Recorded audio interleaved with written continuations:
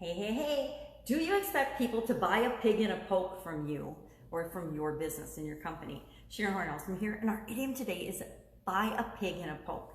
Now, back as far as the 1500s in England and in other countries, a poke was actually a bag, and farmers would take their pigs or their piglets to market or to county fairs to sell them in bags.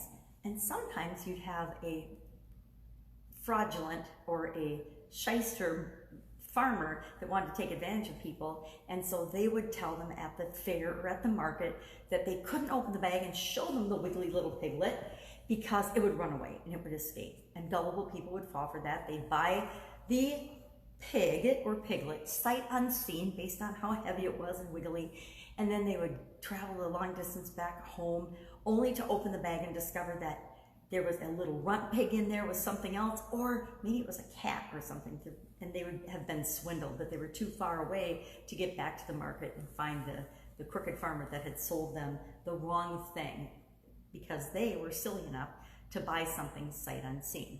Now, fast forward to 2020, and how many of us have not purchased something sight unseen?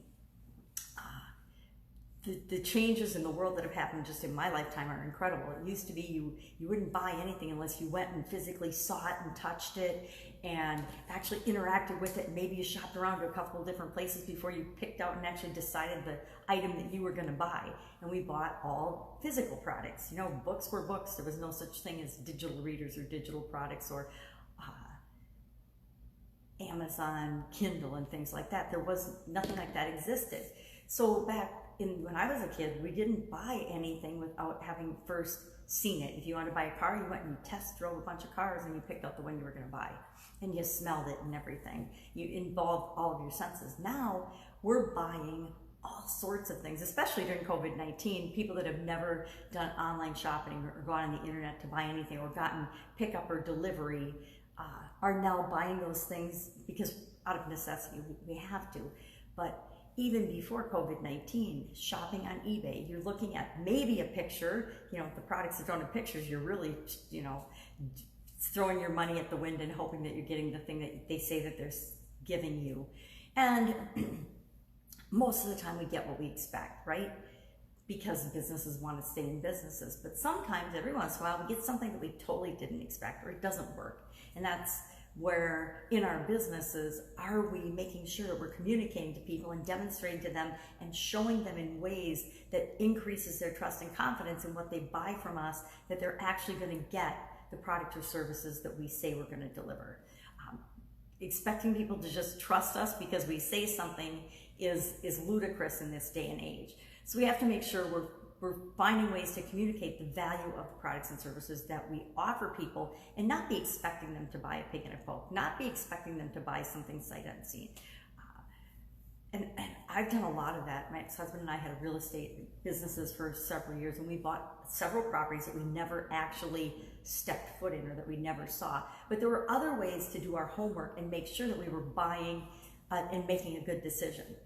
And the same is true. Any way we can help our customers by sharing customer stories, customer success stories, testimonials, sharing pictures and video clips and things that show them how people are actually experiencing our product and the good success that they're having from it, that builds trust and credibility with the marketplace. And now more than ever, we need to be continuing to do that.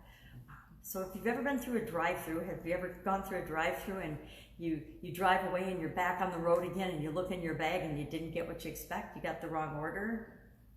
I think almost anyone that's been through enough drive-throughs will have experienced that at least once. And you're usually so far away that you're not going to go back and get something else. You just, suck it up and deal with the thing that you've got.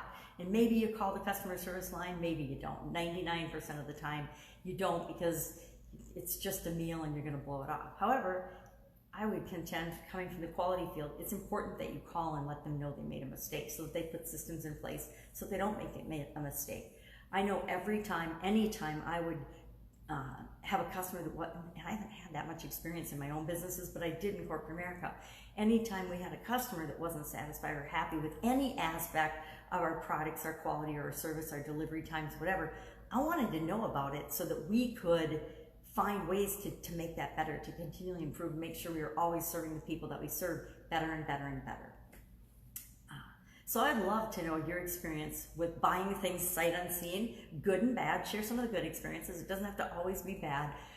In the comments below, that would be fun, because that is, like I said, our modern day example of buying a pig in a poke, and I think almost everyone has experienced that at this point, given COVID-19 and the pandemic's absolute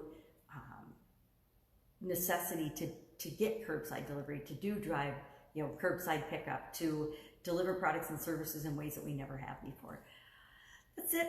That's all I've got for you today. Have an absolutely amazing day. I will be with you tomorrow with another interesting idiom. What does it mean? Where does it come from? And how might you use it in your business today? This one's got lots of uses and applications. If you're not sure how this would impact you and how you can build confidence in your products and services and the methods that you use and the strategies and the systems to your customers, hit me up. Ask me those questions in the comments below as well. All right. Have an amazing day.